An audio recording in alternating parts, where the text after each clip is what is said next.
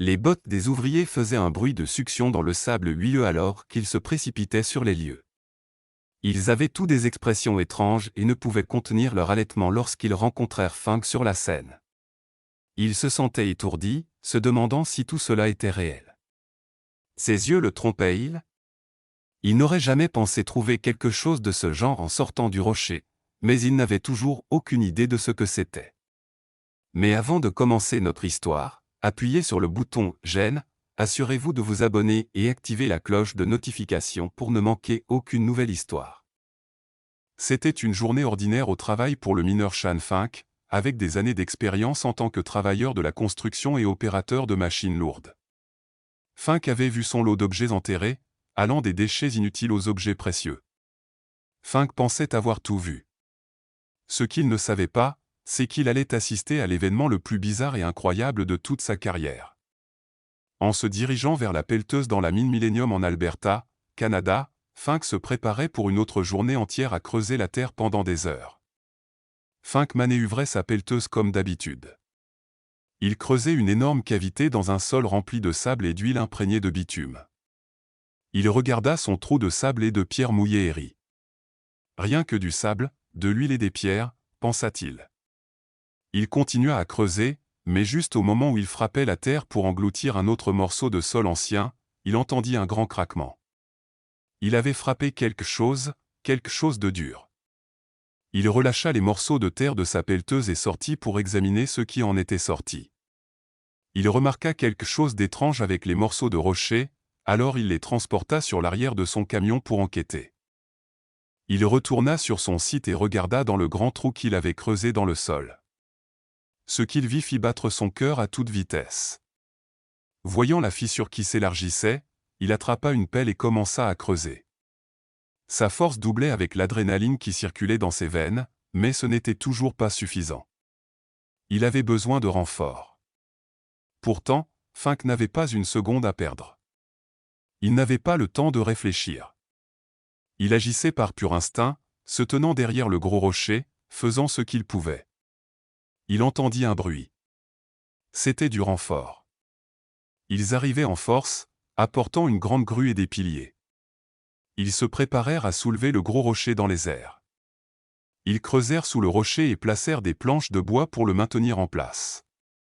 Funk aida, observant nerveusement pendant qu'il se préparait au décollage. Après ce qu'il avait vu, il devenait de plus en plus impliqué et ne pouvait pas quitter des yeux cette anomalie qui lui paraissait irréelle. Une fois que l'équipe d'ouvriers de la construction réussit à soulever le gros rocher de la surface qui s'effondrait, Funk se sentit détendu, mais ce n'était pas fini. Juste au moment où la grue reposait le rocher sur le sol, un son aigu secoua l'atmosphère.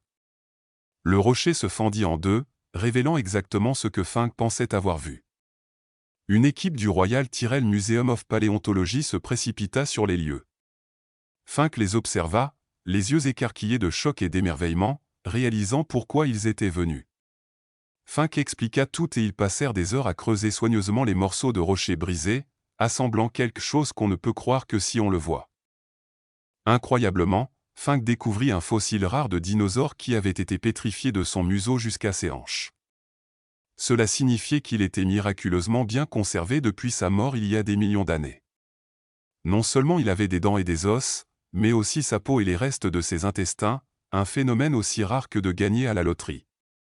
Les scientifiques spéculent que le malheureux dinosaure est mort et a été emporté par un grand déluge dans la rivière. Il a été maintenu à flot par les gaz dans son corps, ce qui a permis à son cadavre retourné de dériver loin en mer. Après environ une semaine, le cadavre a éclaté et a sombré au fond de l'océan. Des minéraux ont pénétré dans la peau et l'armure, soutenant son dos, immortalisant sa forme sous une tonne de roche qui s'est accumulée dessus. Les chercheurs du musée et du monde entier ont travaillé sans relâche pendant des années pour tester, préserver et préparer les restes de ce dinosaure tout en reconstituant son histoire incroyable.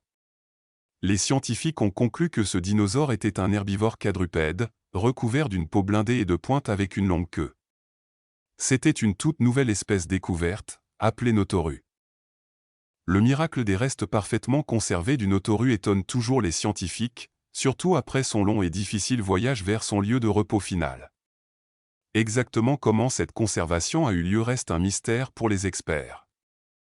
Tout ce qu'ils ont pu déterminer, c'est que cela a dû se produire rapidement, car le Notoru est resté intact pendant des millions d'années après avoir été recouvert de pétrole. En raison de l'état impeccable du Notoru, les scientifiques ont pu utiliser des scans modernes en rayons X pour voir ce qu'il y avait à l'intérieur de l'exosquelette robuste du dinosaure. Ils ont pu voir sa structure osseuse et même l'intérieur des chambres de son estomac. C'est dire à quel point cette découverte était bien conservée. Personne ne pouvait y croire, et encore moins l'homme qui l'avait trouvé. Le Notoru est maintenant exposé au Royal Tyrrell Museum, et les scientifiques continuent d'étudier ses restes pour en apprendre davantage sur l'ère préhistorique des dinosaures. Quant au mineur Shan Fink, il peut dire qu'il a joué le rôle principal dans l'une des découvertes de dinosaures les plus importantes du monde au travail. Les scientifiques n'en avaient pas fini avec cette trouvaille. Au début de l'année, les scientifiques étudiaient toujours le Notoru et ses scans pour continuer à en apprendre davantage sur les dinosaures en général, car rien de tel n'avait jamais été trouvé auparavant. Cependant, ce n'était pas la première fois que quelqu'un faisait une découverte ancienne et monumentale. Quelqu'un avait fait une découverte dans son propre jardin qui rivalisait avec celle du Notoru. Le bruit des sirènes de police perça l'air tandis que des centaines de personnes se tenaient autour d'une berge de rivière dans le jardin d'un fermier local. Devant leurs yeux se trouvait quelque chose qui, à première vue, ne pouvait être expliqué. Quelque chose qui avait été découvert de manière totalement inattendue par un fermier lors d'une simple promenade dans son jardin. Pour ce fermier, José, cette journée avait commencé comme une journée ordinaire avec le soleil qui brillait sur sa nouvelle maison à Buenos Aires. Le fermier José Antonio Nevi avait décidé de faire une promenade de Noël dans son jardin avec son chien. Il n'avait pas encore exploré les acres de terrain compris dans la ferme, y compris la berge et les ruisseaux. Alors, il ouvrit la porte arrière et se mit en route. Ce que José ne savait pas, c'est qu'il était sur le point de faire l'histoire. En marchant le long de la berge avec son chien à ses côtés, José remarqua soudainement quelque chose d'étrange dans l'eau boueuse coincée dans la berge. Cela ressemblait à un énorme œuf noir. José s'arrêta dans ses traces. Qu'est-ce que c'était exactement? Il sentit un soudain élan de curiosité. Son instinct lui disait de s'approcher. Alors que José se rapprochait de l'objet étrange, il remarqua qu'il était entièrement recouvert de boue. Il décida d'essayer de le déterrer, et à mesure qu'il creusait, la véritable taille de l'objet se dévoilait peu à peu.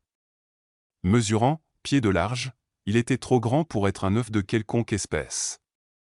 Alors, qu'était-ce exactement? En essuyant la sueur de son front, José creusait cet objet depuis plusieurs minutes. Il avait du mal à le déloger de la boue des rives de la rivière. Alors qu'il poussait un soupir et regardait son compagnon, il savait qu'il avait besoin d'une paire de mains supplémentaires pour découvrir ce que cet objet était. Il appela sa femme pour l'aider, lui disant qu'il avait trouvé un énorme œuf noir qui ressemblait à celui d'un dinosaure. Perdu pour ces mots, sa femme répondit en riant, admettant qu'elle ne le croyait pas, pensant que c'était une blague. Mais, comme ils allaient bientôt le découvrir, ce n'était pas une blague. Arrivée sur la berge, la femme de José resta sans voix devant ce qu'elle voyait. Désireuse d'en savoir plus, elle aida José à tenter de déterrer l'objet mystérieux du sol, tout en faisant attention de ne pas l'endommager. Cependant, malgré tous leurs efforts, le couple se regarda, sachant qu'ils avaient besoin de renforts. Alors que José passait un appel, il espérait qu'ils le croiraient quand il leur parlerait de sa découverte dans son jardin. Mais encore une fois, ce genre de choses n'arrive pas dans une petite ville comme Carlos Pazzi. En parlant à la police, au début, il pensait que José plaisantait, que l'appel était juste un canular d'une personne ennuyée. Mais ce n'était pas un canular. José réussit à convaincre la police de venir voir l'objet et ils acceptèrent. Lorsqu'ils arrivèrent, des centaines de résidents locaux se rassemblèrent autour de la berge. Pendant que les habitants prenaient des photos, impatients d'avoir un aperçu de cet objet venu d'ailleurs, le chien de José commença à explorer la zone. Ce que José ne savait pas, c'est que son chien allait aider l'enquête de manière inattendue. Tandis que le chien curieux reniflait autour, sa queue battant l'air, il se mit à aboyer et à grogner près de l'endroit où l'objet étrange avait été trouvé. Que venait de découvrir le compagnon canin de José? L'aboiement alerta immédiatement José et la foule. Il savait qu'il fallait agir et appeler les experts. La tension montait et les questions restaient sans réponse. La police décida donc d'appeler 2 archéologues locaux pour peut-être expliquer cette découverte étrange. Lorsque les 2 archéologues arrivèrent, ils estimèrent que cet objet était en fait un artefact datant des temps anciens. Débordant d'excitation, ils savaient que cette journée serait mémorable, et ils avaient raison. Les 2 archéologues commencèrent à enlever la boue et à aider à déterrer l'objet de la berge. Il semblait avoir une structure semblable à des écailles avec une teinte verte qui brillait à sa surface.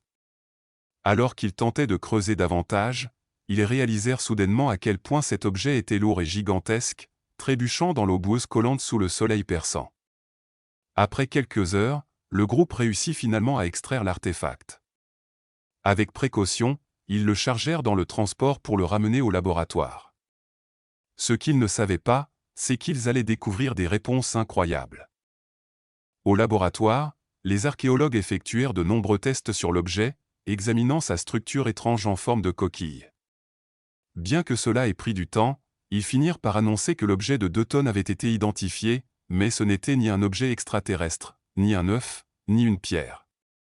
Enfin, ils avaient une explication. Il s'avéra que cet étrange objet était en réalité une sorte de coquille ou d'armure d'un animal préhistorique, le glyptodon. Les scientifiques et les chercheurs étaient remplis d'excitation à l'idée de cette découverte, enfin, une réponse. Mais comme ils allaient bientôt le découvrir, d'autres allaient contester leur enthousiasme. Alors que la nouvelle de la découverte se répandait, des experts exprimèrent leurs soupçons, affirmant qu'il s'agissait d'un canular mis en scène. Beaucoup de scientifiques avouèrent qu'ils ne pouvaient pas fournir de réponses concrètes et raisonnables, remettant en question la manière dont la coquille avait pu être conservée dans un si bon état et dans une position verticale. Mais cette découverte était tout sauf un canular. Selon les chercheurs, il y a plus de 10 000 ans, l'Amérique du Sud était pleine de glyptodons. Ces mammifères ressemblaient à une Volkswagen coccinelle et pesaient à peu près le même poids. Mais José, le fermier qui avait découvert la coquille, avait toujours des questions. Lorsque le professeur scientifique lisait entendit les affirmations selon lesquelles cette découverte était un canular, il ne fut pas d'accord, affirmant que la coquille ressemblait à une véritable coquille de glyptodon. Sentant un soulagement en sachant qu'elle avait été correctement identifiée, José se demandait toujours pourquoi elle se trouvait dans son jardin et depuis combien de temps elle y était. Les glyptodons étaient connus pour avoir évolué en Amérique du Sud, vivant sur le continent pendant des dizaines de millions d'années. Leurs restes ont également été retrouvés au Brésil, en Argentine et en Uruguay. Mais il y avait encore une chose qui déconcertait les scientifiques. En examinant la coquille, les scientifiques remarquèrent qu'il y avait un trou différent là où la tête aurait dû se trouver et inversement pour la queue. Les scientifiques affirmaient que le trou n'avait pas l'air d'être causé par un combat, ce qui laissait une seule autre explication possible, la possibilité que ce fossile soit récent. Le fossile géant trouvé à la ferme semblait énorme, mesurant environ 3 pieds. Cependant, les paléontologues ont estimé que la coquille appartenait à un glyptodon juvénile. Les membres adultes de l'espèce peuvent mesurer jusqu'à 11 pieds. Pourtant, encore aujourd'hui, José n'arrive pas à croire ce qu'il a découvert lors de cette simple promenade dans son jardin. Il ne pourra jamais effacer ce sentiment d'incertitude et de curiosité qu'il a ressenti lorsqu'il a vu la coquille pour la première fois. Ce moment restera à jamais gravé dans sa mémoire.